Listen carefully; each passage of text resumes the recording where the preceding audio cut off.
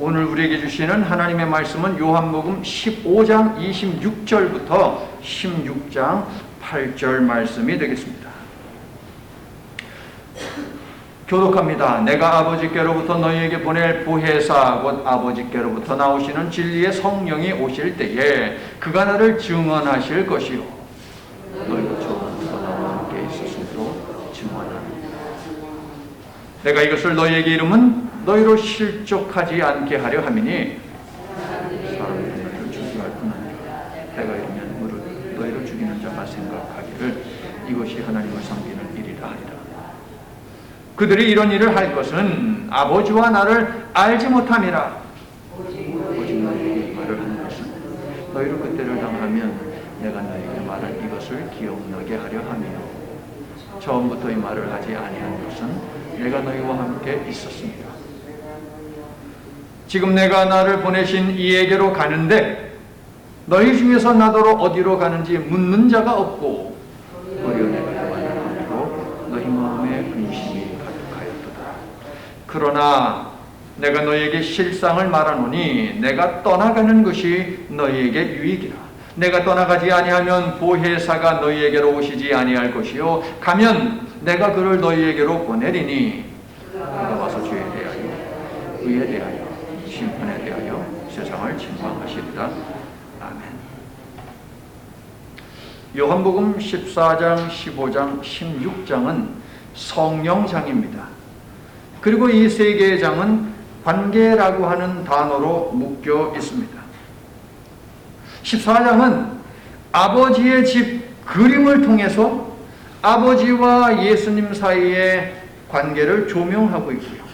15장은 포도나무 그림을 통하여서 예수님과 제자들 사이의 관계를 조명하고 있고요.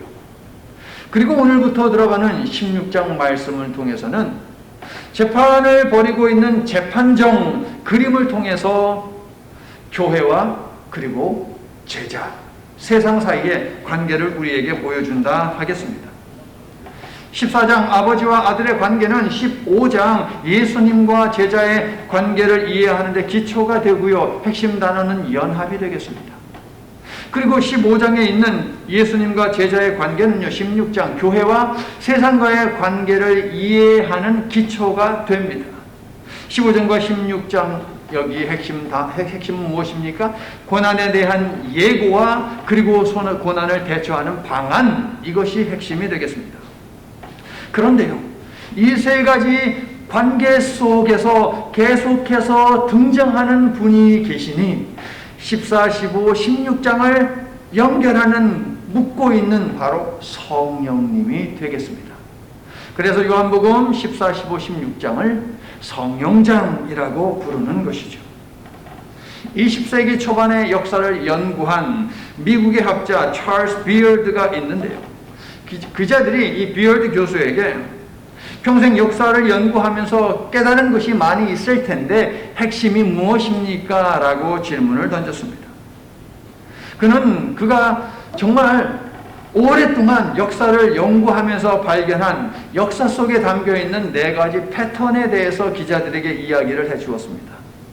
첫 번째는 무엇이냐면 그가 말하는 첫 번째 역사적 원리는 무엇이냐? 하나님이 어떤 나라나 인물을 멸하고자 하시는 때에는 반드시 그 사람이나 그 나라가 권세욕으로 날뛰고 있는 때라고 하는 것입니다.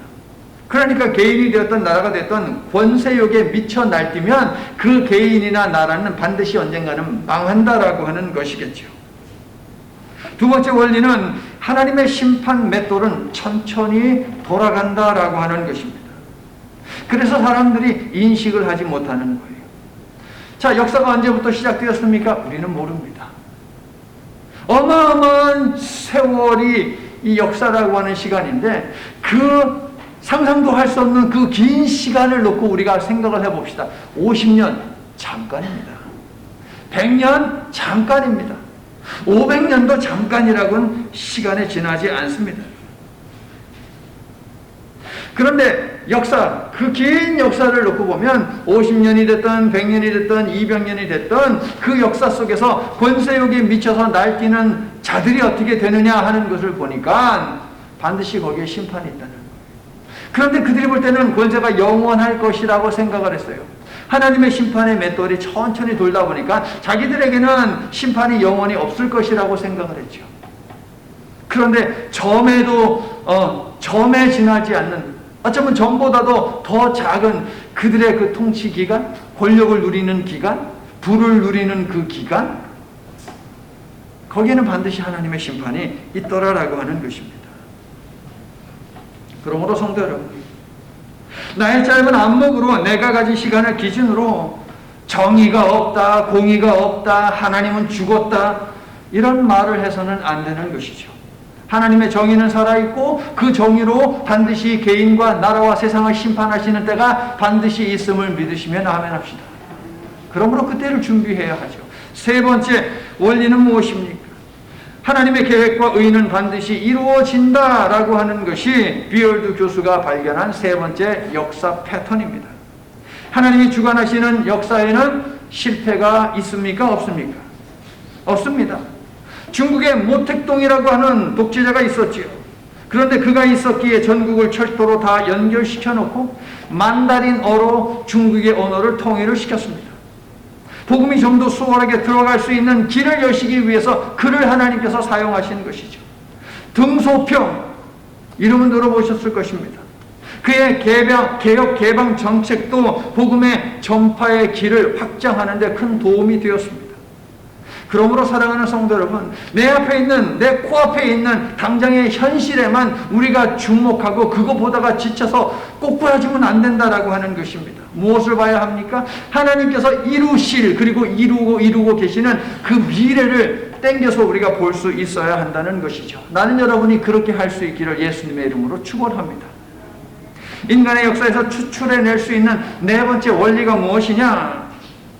어두움이 깊을수록 별이 또렷하게 보이고 별이 보이면 곧 날이 밝아온다는 것, 이것을 그는 발견을 했습니다.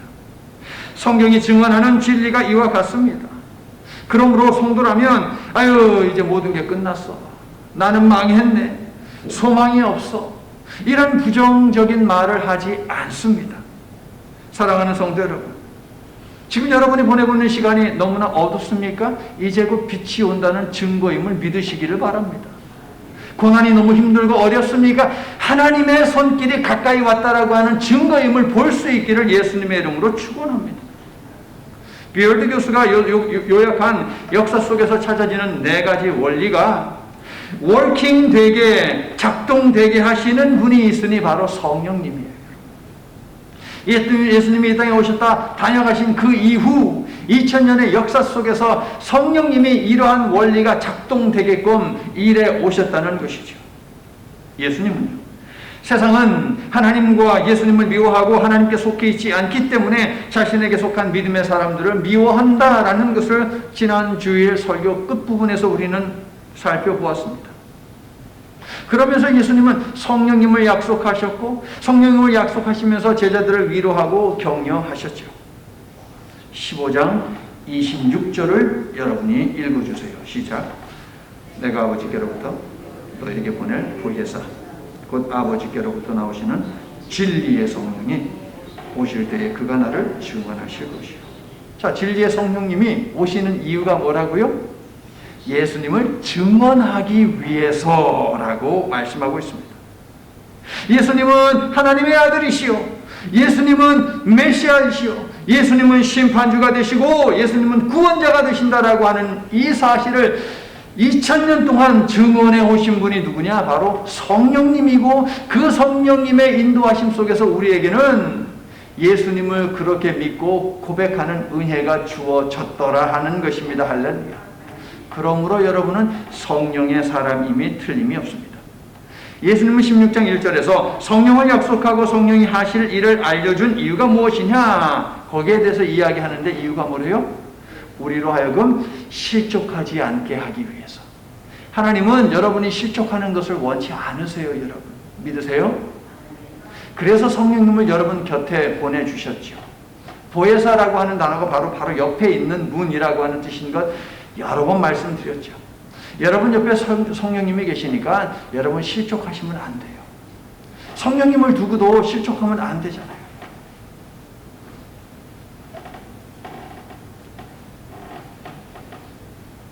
자, 예수님은요, 16장 1절에서 우리가 실족하지 않게 하기 위해서 성령님을 보내실 것이고 그것이 바로 성령님이 하실 일이다라고 말씀을 하시면서 성령이 너희를 위해 나에 대해 증언할 것이며 비록 세상에서 환난을 당하더라도 그러므로 근심하지 말고 오히려 담대하라라고 16장 나머지 부분에서 강조를 하고 계십니다. 자, 에베소서 5장 18절을 보면 유명한 말씀이 있지요. 술 취하지 말라 라는 말씀이 있습니다. 그러면 무엇에 성도는 취해야 하는 것입니까? 성도는 성령에 취해야 합니다. 술 외에도 권력, 명예, 지식, 물질, 외모, 성욕 등 우리가 취하지 말아야 하는 것은 많습니다.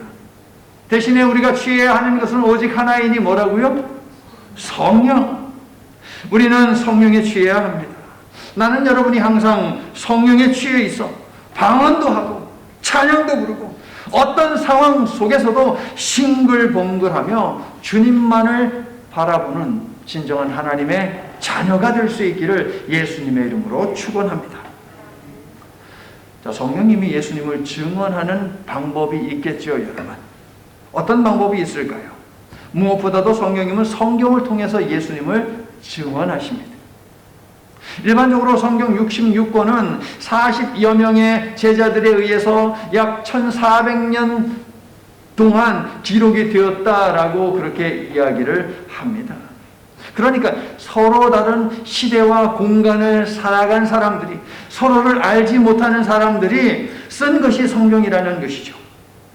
그러면 다를 수 있지요. 책 중에 여러 저자들이 모여가지고서 쓴 책이 있는데 그것을 공저라고 합니다. 공저. 여러 저자들이 모여서 논의하고 글을 쓰는데 거기에도 다툼이 있습니다. 언쟁이 있습니다. 논쟁이 있습니다. 차이가 있습니다. 그래서 공동의 이름으로 책을 내는 것이 쉽지 않아요, 여러분. 차라리 그냥 각 파트 나눠서 이건 네가 하고 이건 네가 하고 서로 터치하지 말자. 그러면 공저를 낼 수 있지요. 그런데 서로의 의견을 모아서 하나의 책을 낸다? 그것은 쉽지 않은 일이에요, 여러분. 그런데 1400여 년의 그 기간 동안 서로 다른 시대를 살고 서로 다른 공간에 있었던 서로 알지 못하는 사람들이 책을 썼는데 그들의 목적이 같다는 거예요. 그들이 한 방향 속에서 글을 쓰고 있다는 것 어떻게 생각하십니까? 우연입니까? 아니면 40여 명에 해당하는 저자들이 어마어마한 실력을 가지고 있는 것일까요? 그렇지 않습니다. 이유가 무엇이냐? 성경이 하나의 공통된 이야기를 하고 있는 이유는 무엇이냐? 성경의 궁극적인 저자는 성령님이시기 때문입니다. 믿으시면 아멘 합시다. 성령님이 각 시대마다 일꾼들을 선택하시고 그들에게 감동 감화시켜 주셔서 그들로 하여금 쓴 책이 바로 성경이기 때문에 당연히 똑같은 주제에 대해서 말씀을 할 수밖에 없는 것이지요. 모든 성경은 하나님의 감동으로 된 것으로 교훈과 책망과 바르게 함과 의로 교육하기에 유익하니 유명한 말씀이죠. 디모데후서 3장 16절. 또 하나 있어요, 여러분. 베드로후서 1장 21절. 예언은 언제든지 사람의 뜻으로 낸 것이 아니요 오직 성령의 감동하심으로 받은 사람들이 하나님께 받아 말한 것임이라. 그러므로 성도 여러분, 성경은 누가 읽을 수 있는 것입니까? 아무나 읽을 수 있어요, 여러분? 제가 여러분의 일상을 맨날 체크하면서 여러분에게 묻는다면 여러분 뭐라고 답하실래요? 하루에 한 장 읽는 성경 읽고 계세요? 안 읽고 계세요? 안 읽는다고 속으로 대답한 분들도 있을 거예요, 아마도 여러분. 성경은 아무나 읽는 게 아닙니다. 성령의 감동하심이 있어야만 읽을 수 있어요. 그리고요, 성경은 아무나 읽지 못한다라고 하는 이 말의 의미는 뭐냐면 성경 속에 담으신 하나님의 마음, 그것을 읽어낼 수 있는 사람이 되기 위해서는 성령의 감동, 감화, 주심이 있어야 한다는 거예요. 그래서 성경 읽기 전에 제가 어떻게 기도하라고 했어요? 성령님, 제 눈을 열어주세요. 성령님, 제 마음을 열어주세요. 오늘 읽을 이 말씀 속에 담겨있는 나를 향한 하나님의 뜻을 알게 해주세요 라고 그렇게 기도하고 성경을 읽으라고 여러분에게 권면을 드렸잖아요. 성령님이 예수님을 그리고 예수님의 가르침을 증언하는 방법이 또 하나 있습니다. 내적 증언입니다. 오늘 25절, 26절, 27절이 강조하고 있는 단어 증언입니다. 내적 증언. 성도 여러분, 여러분은 예수님이 여러분의 주님이 되심을 믿으십니까? 여러분은 지금 아멘 했습니다. 그런데 아멘하게 하신 분이 누구시냐? 성령님이에요.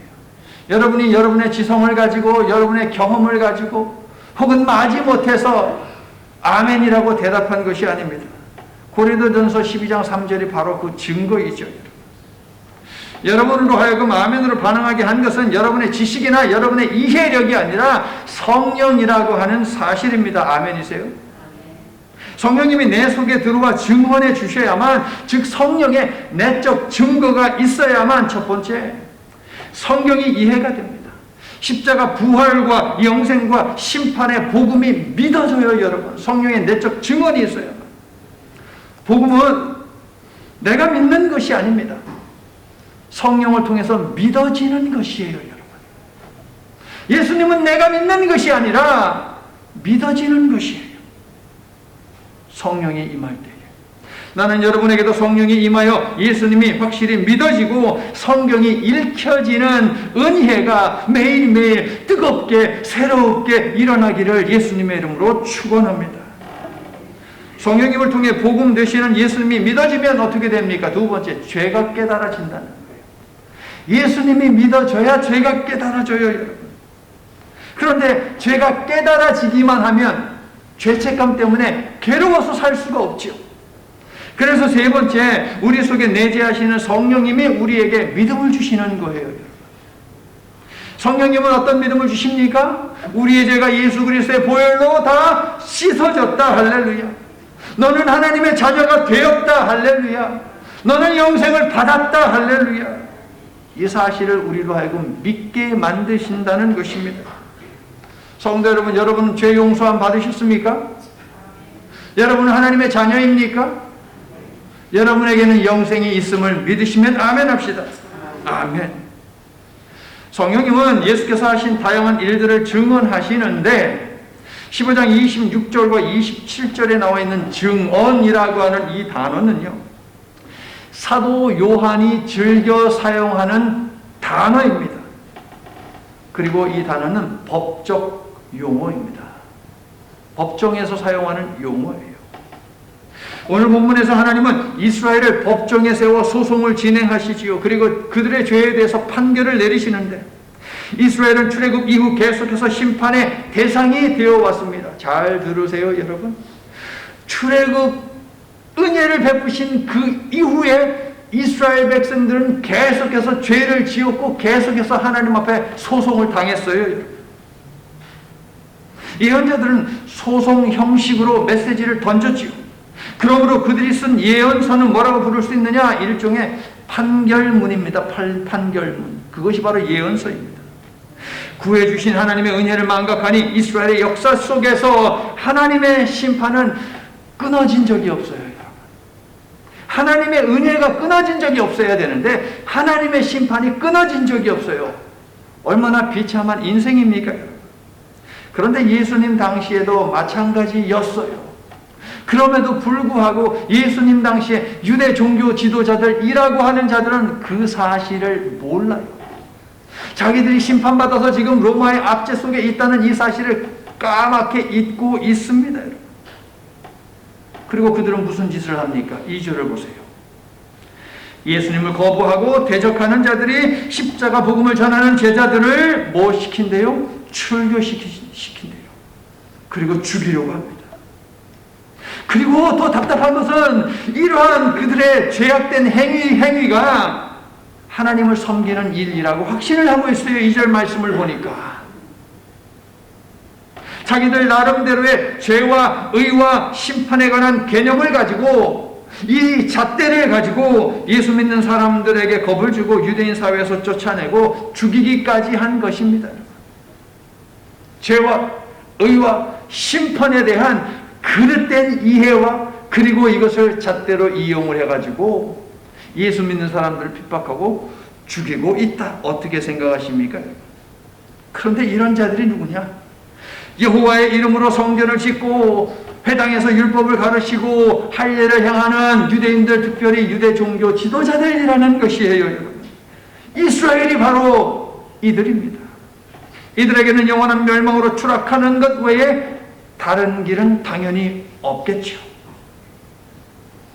자, 출교, 유대교회에서 축출되면 어떤 일이 벌어지는 것입니까? 회당에서 쫓겨나는데요. 출교는 유대인들에게, 지도자들에게 있어서 가장 강력한 무기입니다. 회당은 종교, 문화, 정치, 경제 등 모든 것의 중심 기관입니다. 그래서 회당에서 쫓겨나면 유대인에게 가장 중요한 예배를 드릴 수 없습니다. 경제 활동을 할 수 없어요. 물건을 살 수 없습니다. 이웃과 교제도 할 수 없습니다. 그래서 출교되면 마을을 떠나든가 아니면 마을에서 이방인처럼 사는 것 외에는 다른 길이 없습니다. 이처럼 유대 사회에서의 출교는 무엇이냐? 모든 것과의 단절이고 이는 사형 선고와도 같습니다. 그래서 출교가 무서운 거예요. 유대 사회에서. 출교에 해당하는 단어는요, 재미있습니다. 신약 성경에 딱 3번 나오는데 요한복음에만 나옵니다. 무슨 이야기예요? 요한에게 출교라고 하는 단어는 아주 중요한 단어다라고 하는 것을 암시하죠. 3번 어디에 나옵니까? 예수님이 날 때부터 소경된 젊은이의 눈을 뜨게 해주셨죠. 그랬더니 유대 종교 지도자들이 못마땅해서 소경하고 이야기하려고 하니 말이 통하지 않으니까 이 시각장애인 아버지 부모님한테 가가지고 설득해가지고 자기들이 원하는 답을 얻어내려고 했죠. 그랬더니 그 부모가 하는 이야기가 뭐예요? 내 아들은 이미 장성했으니까 내 아들에게 물어봐라. 법적 증언을 하면 그것이 법적인 효과가 있을 정도로 컸으니까 가서 물어봐. 그런데 이렇게 대답한 이유가 무엇이냐? 9장 22절을 보면 그 부모가 이렇게 말한 것은 이미 유대인들이 누구든지 예수를 그리스도로 시인하는 자는 출교하기로 결의하였으므로 그들을 무서워함이로라 라고 대답을 합니다. 두 번째는 12장 42절에 이 출교라고 하는 단어가 나옵니다. 예수께서 많은 표적을 행하셨습니다. 그리고 많은 사람들이 믿었는데 유대 관리들 중에도 예수님의 표적을 보고 가르침을 듣고 믿는 자들이 있었습니다. 하지만 그들은 출교당할까봐 무서워서 공개적으로 자신들의 믿음을 드러내지는 못했다라고 되어 있어요. 세 번째는 어디 있느냐? 바로 오늘 본문 16장 2절에 있습니다. 이집트의 왕 바로처럼 마음이 완악해질 대로 완악해진 유대 지도자들은 그들의 막강한 세상 권력을 휘둘러서 예수 믿는 성도들을 출교시키는 것을 넘어 사형시키는 것도 마다하지 않을 정도로 타락했습니다. 자, 예수님은 제자들이 당할 이러한 고난을 내다보시기 때문에 고난이 그들에게 갑작스러운 것이 되지 않게 하기 위해서, 그리고 그들이 고난 속에 믿음을 저버리지 않고 어둠의 시기를 잘 대처할 수 있도록 성령을 약속하시고 그들에게 벌어질 일을 미리 알려주신 것입니다. 그렇습니다. 예수님을 믿고 따르는 제자들에게 다가오고 있는 이 긴박한 급박한 상황이 요한복음 14장 15장 16장에서 예수님이 성령을 약속하신 배경이에요. 그러므로 이 내용을 알고 14, 15, 16장을 읽어야 한다고 제가 반복해서 말씀을 드리잖아요. 그런데 비록 그런 때가 올 것이지만 하나님이 심판할 것이고 성령님이 증언할 것이니 두려워하지 말아라 라고 예수님은 제자들에게 강조하신 것이죠. 할렐루야. 지금도 복음이 가는 곳에 고난이 있고요, 믿음으로 살고자 애쓰는 성도의 삶에 시련이 있습니다. 사랑하는 성도 여러분, 성령님이 계시니 설교 제목 보세요. 성령님 뒤에 숨으시기를 축원합니다. 십자가가 영광의 관문이니 복음 때문에 당하는 어려움이라면 부끄러워하지도 실패로 여기지도 마시기를 바랍니다. 생각해 보세요, 여러분. 주를 위해 받는 고난을 이상히 여길 것이 아니라 오히려 주를 위한 고난이 없는 삶을 이상히 여겨야 하는 것 아닙니까? 동의하시면 아멘 합시다. 그래도 고난은 싫으신 것 같아. 그래서 동의가 안 돼. 그래도 고난은 싫은 것 맞죠, 여러분? 하지만 고난은 누구에게나 올 수 있는 것이고 지금까지 살아오면서 여러분 삶에 고난이 분명히 있었어요. 그리고 앞으로의 삶에도 고난이 있을 것이에요, 여러분. 그런데 그때 뭐해요, 여러분? 오늘 말씀 얼른 기억해내세요. 성령님이 저 제목을 기억나게 해주실 거예요, 여러분. 내 뒤에 숨어 라고 말이에요. 성령님은요, 우리가 세상의 불의와 협박에 맞서 싸울 때에 우리와 함께 하시고 예수께서 가르치신 것을 기억나게 하시며 변론도 해주시고 증언도 해주시는데, 자 8절을 보시면 14장에서 성령의 기능 6가지 우리 배웠는데 이어서 하나가 더 추가가 되고 있어요. 중요한 기능이 하나 8절에 추가되어 있는데 8절을 여러분이 읽어주세요. 시작. 그가 와서 죄에 대하여, 의에 대하여, 심판에 대하여 세상을 책망하리라. 성령은요, 세상이 생각하는 죄와 의와 심판에 대해 책망하시는데, 책망에 해당하는 단어는 잘못된 것을 그냥 지적하고 꾸짖는다라고 하는 그 의미도 있지만 그것을 훨씬 넘어섭니다. 3장 20절에서는 드러나다라고 번역이 되어 있고요. 같은 단어가 8장 46절을 보면 책잡다라고 번역이 되어 있어요. 요한복음에서 3번 사용되고 있는 이 단어는요, 영어로 하자면 convict라고 하는 단어인데요, 죄의 진상을 폭로하다, 죄를 드러내서 유죄를 입증하다라고 하는 뜻이 되겠습니다. 오늘 본문에서 그렇다면 이 단어는 어떤 뜻으로 사용이 되고 있느냐? 진실을 알 때까지 인간의 양심을 두드리고 움직여 깨우치신다라고 하는 그런 의미가 되겠습니다. 양심을 깨우치기 위해서 하나님이, 성령님이 지속적으로 알려주신다. 예수님은 성령님이 오시어 죄에 대하여 책망하고 의에 대하여 책망하고 심판에 대하여 책망하여 하신다라고 말씀을 하시는데, 우리가 하나씩 보자.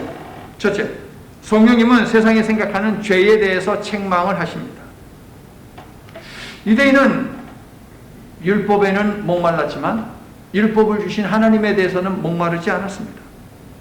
그래서 구약을 단지 율법으로 읽었고요, 그 속에 담으신 하나님의 뜻에 대해서는 관심이 없었습니다. 그들의 율법 속에 하나님이 계시지 아니하니 그들의 율법은 잣대가 되어서 정죄와 비난의 도구로 전락을 해버렸고, 율법을 통해서 자기들 스스로의 죄는 보지를 못했습니다. 그래서 간음 현장에서 어떻게 했습니까? 분명 둘이가 문제를 일으켰는데 여자만 데려왔고 그 다음에 돌로 쳐 죽여야 된다라고 하면서 예수는 푸시했죠. 불치병을 가지고 태어난 수많은 사람들이 당대에 예수님 당시에 있었습니다. 하지만 그들은 진심 어린 사랑의 마음을 담아 단 한 번도 그들을 낫게 해달라고 하나님께 기도한 적이 없습니다. 율법을 수호한다던 그들이 말입니다. 성령님은 이러한 자들이 가진 죄에 대한 이해와 믿음을 깨버리고 그들을 책망하시는데, 무엇이 죄냐? 예수님이 증거한 하나님 나라의 복음을 믿지 않는 것, 그 복음을 증언한 예수님을 믿지 않는 것, 이것이 죄라고 바꿔주십니다.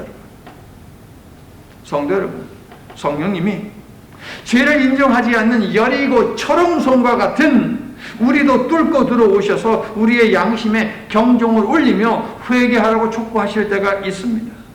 말 들어야죠, 여러분. 그때 들어야죠. 심판을 피할 수 없는 죄가 있으니 그것은 무엇입니까? 예수님을 믿지 않는 것임을 우리가 분명하게 기억해야 할 줄로 믿습니다. 나는 여러분의 평생에 예수님을 포기하지 않고 끝까지 잘 믿으시기를, 말씀을 주신 예수님을 목말라 하고 또 예수님의 말씀을 목말라 하며 사시기를 예수님의 이름으로 축원합니다. 두 번째로, 성령님은 세상이 생각하는 의에 대해서 책망을 하십니다. 자, 유대인들은요, 예수님이 아이고 강도의 소굴로 전락해 버렸다 라고 가르치시면서 선포하시면서 성전을 정화시키셨죠. 불의한 성전의 멸망을 선포하셨습니다. 그러자 그들은 자기들만의 의를 가지고 자기들만의 의를 기준으로 예수님이 성전을 모독했다라고 하는 죄를 뒤집어 씌워서 예수님을 죽이죠. 빛과 어둠이 공존할 수 없듯이 정의와 불의는 공존할 수 없는 것입니다. 예수님은 의로운 분이시기 때문에 불의의 자식인 그들은 견딜 수 없어서 예수님을 죽인 것이죠. 사도행전 5장 30절을 여러분 봐보십시오. 사도행전 5장 30절. 앞에서 베드로와 사도들이 성령에 충만하여 말씀을 증거했습니다.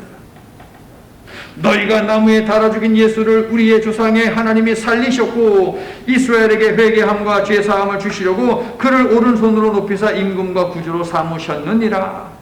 유대인들이 듣기 싫죠. 하나님께서 보내신 메시아를 니네들이 죽였다, 그것도 나무에 달아서 십자가 처형을 시켰다라고 단호하게 혹독하게 이야기하니까 듣기 싫죠. 33절에 보면 설교를 들은 유대인들이 사도들을 죽이려고 하는데요. 자, 스데반의 케이스로 우리가 그들의 반응을 확인해 볼게요. 7장 54절. 7장으로 넘어가셔서 54절을 여러분이 읽어주세요. 시작. 그들이 이 말을 듣고 마음에 찔려 그를 향하여 이를 갈거늘. 57절 58절도 읽어주세요. 시작.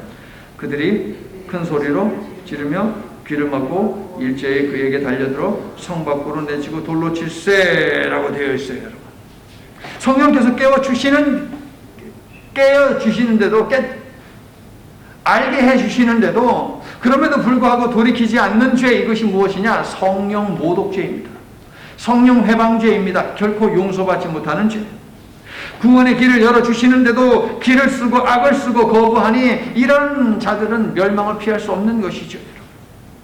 성령께서는 이러한 불의한 자들을 반드시 심판하신다는 것입니다. 이렇게 말하는 사람들이 있죠. 아유, 이 사람은 법 없어도 살 사람이야. 이런 사람이 천국에 못 가면 그런 천국 나는 안 간다. 하지만 성도 여러분, 기독교는요, 착해지는 데 목적이 있지 않습니다. 착한 사람에게도 구원은 여전히 필요합니다. 자기 속에 있는 착함과 선함이 자신을 구원해 준다라고 생각한다면, 주장한다면 그것은 착각입니다. 성령님은 이런 휴머니즘으로는 구원받지 못함을 깨닫게 해주시면서 우리 안에는 구원받을 만한 의가 없음도 깨우쳐 주세요. 여러분, 선한 분은 오직 하나님이신데 네가 왜 나를 선하다고 하느냐? 예수님이 사람들에게 이야기했어요. 오직 하나님만이 선하다는 것이죠.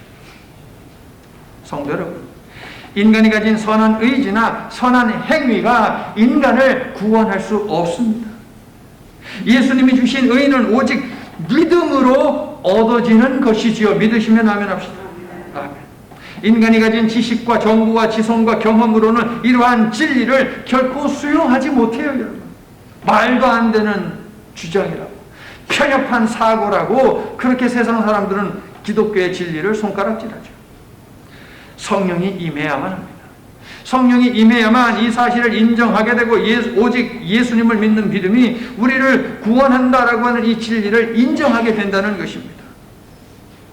여러분은 인간에게는 선함이 없고 있다 하더라도 선함으로 구원을 받는 것이 아니라 오직 예수님으로 구원받는다라고 하는 이 사실을 믿으시지요. 오직 믿음으로 구원받는 것 아닙니까, 여러분? 세 번째로 성령님은 세상에 생각하는 심판에 대하여 책망하십니다.